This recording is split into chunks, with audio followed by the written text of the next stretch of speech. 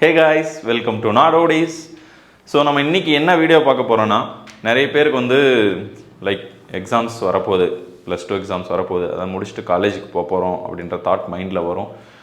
நம்ம காலேஜுக்கு போகும்போது எப்படி இருக்கணும், அதை பற்றி உங்களுக்கு ஒரு கொஷின்ஸ் மைண்ட்குள்ளார வந்துச்சுன்னா இந்த வீடியோ உங்களுக்கு தான். இந்த வீடியோவில் என்ன பார்க்க போகிறோன்னா, tips for new college students. வீடியோக்கு போகிறதுக்கு முன்னாடி எங்கள் சேனலை ஃபஸ்ட் டைம் பார்க்குறீங்கன்னா மறக்காமல் எங்கள் சேனலை சப்ஸ்கிரைப் பண்ணிக்கோங்க. ஸோ தட் உங்களுக்கு இந்த மாதிரி வீடியோஸ்லாம் நோட்டிஃபிகேஷன்ஸில் வரும். மறக்காமல் எங்கள் இன்ஸ்டா பேஜை ஃபாலோ பண்ணிக்கோங்க. வாங்க வீடியோக்குள்ளே போகலாம். ஸோ த ஃபஸ்ட் டிப் என்னென்னு பார்த்தீங்கன்னா, don't be afraid of making mistakes and trying new things. நீங்கள் காலேஜுக்கு போனீங்கன்னா நிறைய பேர் ஒரு பயத்திலே இருப்பாங்க. ஒரு புது இடம், நம்ம ஏதாவது பண்ணால் நம்மளை யாராவது தப்பாக எடுத்துப்பாங்களா, இல்லை அது தப்பாக போயிடுமா இப்படி நினச்சே பேக் சீட் எடுக்க ஆரம்பிப்பாங்க. ஸோ நீங்கள் பேக் சீட் எடுத்தால் கண்டிப்பாக நீங்கள் முன்னேறவே முடியாது, எங்கேயா இருந்தாலும் சரி. அதே மாதிரி தான் காலேஜ்லேயும் நீங்கள் பேக் சீட் எடுத்திங்கன்னா உங்களால் எதுலையுமே கான்சன்ட்ரேட் பண்ண முடியாது. எதுக்கும் பயப்படாதீங்க. எல்லாருமே காலேஜுக்கு புதுசாக தான் வராங்க ஃபஸ்ட் இயரில். ஸோ எல்லாருமே ஃப்ரெஷ் தான். ஸோ நீங்கள் அதை பற்றி கவலைப்பட தேவையில்ல, எந்த ஒரு பயமும் பட தேவையில்ல. எல்லாத்துக்குமே நீங்கள் முன்னே நிற்கலாம். ஏதாவது கேட்டால் நீங்கள் போய் பேசலாம், இல்லை உங்களை ஒரு செமினார் எடுக்க சொன்னால் எடுக்கலாம். இந்த மாதிரி விஷயத்தில் நீங்கள் முன்னே நிற்கணும். ஸோ பயத்தை விட்டுறணும். பயத்தை விட்டிங்கனாலே பாதி பிரச்சனை சால்வ்டு. நீங்கள் ஃபஸ்ட் இயர்லேருந்தே நல்லா படிக்க ஆரம்பிச்சிருவீங்க, நல்லா எல்லா ஆக்டிவிட்டீஸ்லையும் இன்வால்வ் ஆரம்பிச்சிருவீங்க. So fear is the main culprit. அதை நீங்கள் கண்டிப்பாக அவாய்ட் பண்ணிடுங்க. செகண்ட் டிப் என்னன்னு பார்த்தீங்கன்னா, creating opportunities for yourself. நிறைய காலேஜஸில் பார்த்தீங்கன்னா நிறைய கிளப்ஸ் இருக்கும். நீங்கள் அந்த கிளப்ஸில் சேரலாம். அப்படி சப்போஸ் உங்கள் காலேஜில் அந்த கிளப் மாதிரிலாம் இல்லைனா, இந்த மாதிரி ஏதாவது ஒரு ஆர்கனைசராகவோ, எல்லா காலேஜிலுமே கல்ச்சுரல் ஈவெண்ட்ஸ் இருக்கும், ஸ்போர்ட்ஸ் ஈவெண்ட்ஸ் இருக்கும், இல்லை ஒரு சிம்போசியம் கண்டக்ட் பண்ணுவாங்க. இந்த மாதிரி விஷயத்துக்கு நீங்கள் வாலண்டியர் பண்ணி உங்கள் நேம் கொடுக்கலாம். ஸோ எல்லாத்துக்குமே வாலண்டியர் பண்ணி நேம் கொடுத்தீங்கன்னா உங்களுக்கு நிறைய கனெக்ஷன்ஸ் உருவாகும். சப்போஸ் சீனியர்ஸும் உங்களுக்கு தெரிய வருவாங்க. ஸோ நிறைய ஆப்பர்ச்சுனிட்டிஸ் உங்களுக்கு கிடைக்கும். ஸோ இதனால் நிறைய benefits. Networking is very important. இது மூலிமா உங்களுக்கு ஃபியூச்சரில் ஒரு இன்டர்ன்ஷிப் ஆப்பர்ச்சுனிட்டியோ இல்லை ஒரு ஜாப் ஆப்பர்ச்சுனிட்டியோ கிடைக்கலாம். ஸோ நீங்கள் மேஜராக ஒன்லி ஸ்டடீஸ் மட்டும் கான்சன்ட்ரேட் பண்ணாமல் மற்ற எல்லாத்துலேயுமே ஃபஸ்ட் இயர்லேருந்தே நீங்கள் கான்சன்ட்ரேட் பண்ண ஆரம்பிக்கணும். நீங்கள் காலேஜுக்கு போகும்போது இன்னொரு திங் கோல் செட்டிங். நிறைய பேர் எந்த ஒரு கோலும் இல்லாமல் சும்மா ரெகுலராக காலேஜுக்கு போவாங்க, வருவாங்க. இந்த மாதிரி இருக்கக்கூடாது. ஒரு கோல் செட் பண்ணிடணும். நான் வித்தின் திஸ் இயர் நான் இதை கற்றுக்கணும்.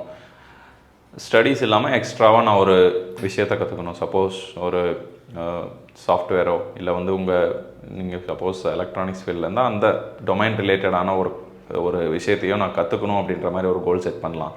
இல்லை நான் நிறைய இந்த மாதிரி பேப்பர் ப்ரெசன்டேஷன்ஸ்க்கெல்லாம் போகணும், அந்த மாதிரி கூட ஒரு கோல் செட் பண்ணலாம். Some goal should be there. Goal setting இருந்தால் தான் அதை நோக்கி நீங்கள் ஒர்க் பண்ணுவீங்க. ஸோ நீங்கள் காலேஜ் ஃபஸ்ட் இயர் போகும்போதே ஒரு கோல் செட் பண்ணிவிட்டு அதை அச்சீவ் பண்ண ட்ரை பண்ணுங்கள். So that it will help. Next என்னென்னு பார்த்தீங்கன்னா, ஸ்டார்டிங் ஃபஸ்ட் இயர்லேருந்தே நீங்கள் கொஞ்சம் எஃபர்ட்ஸ் போடணும். எதுக்குன்னு பார்த்தீங்கன்னா, உங்களோட எஜுகேஷனுக்கு. அதாவது நான் சொன்ன எக்ஸ்ட்ரா கரிக்குலர் எல்லாமே பண்ணணும். ப்ளஸ் உங்களோட கிரேடும் நல்லா வரணும். அதாவது உங்களோட பர்சன்டேஜ் அட்லீஸ்ட் ஒரு 80+ இருந்தால் பெட்டர். ஏன்னா நிறைய கம்பெனிஸ் 60+% இருந்தாலே உங்களுக்கு கேம்பஸில் அலோவ் பண்ணுவாங்க, இன்டர்வியூக்கு அலோவ் பண்ணுவாங்க. பட் ஒரு சில கம்பெனிஸ் பார்த்தீங்கன்னா 80% இருக்கணும். அவங்க என்ன கேட்பாங்கன்னா 10th 12th and +2. Mostly 10th 12th and college மூணுத்துலேயுமே பார்த்தீங்கன்னா 80% இருந்தால் தான் அலோவ் பண்ணுவாங்க. அது ஒரு சில பெரிய கம்பெனிஸ். ஸோ நீங்கள் ஒரு பர்சன்டேஜ் அட்லீஸ்ட் ஒரு 80% மெயின்டைன் பண்ண ட்ரை பண்ணுங்கள். லாஸ்ட் டிப் என்னன்னு பார்த்தீங்கன்னா, learn how to manage your finances. நிறைய பேர் என்ன பண்ணுவாங்கன்னா, காலேஜில் வீட்டில் கொடுக்குற பணத்தெல்லாம் செலவு பண்ணிட்டு ஒரு ஃபினான்ஸை பற்றி எதுவுமே ஒரு நாலேஜ் இருக்காது. ஸோ நீங்கள் காலேஜ்லேருந்தே அதை கற்றுக்கிட்டிங்கன்னா கண்டிப்பாக நீங்கள் காலேஜ் விட்டு வெளியே போகும்போது அது உங்களுக்கு ரொம்பவே ஹெல்ப்ஃபுல்லாக இருக்கும். ஏன்னா நிறைய பேருக்கு அந்த விஷயத்தில் தான் லேக் ஆகும்.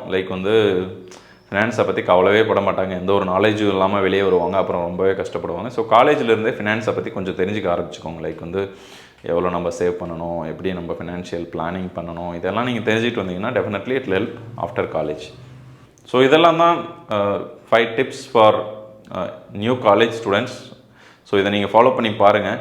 அதே மாதிரி ரொம்ப பாசிட்டிவ் ஆட்டிடியூடாக இருங்க. நிறைய பிரச்சனைகள் வரும், அதெல்லாம் ஃபேஸ் பண்ணணும்.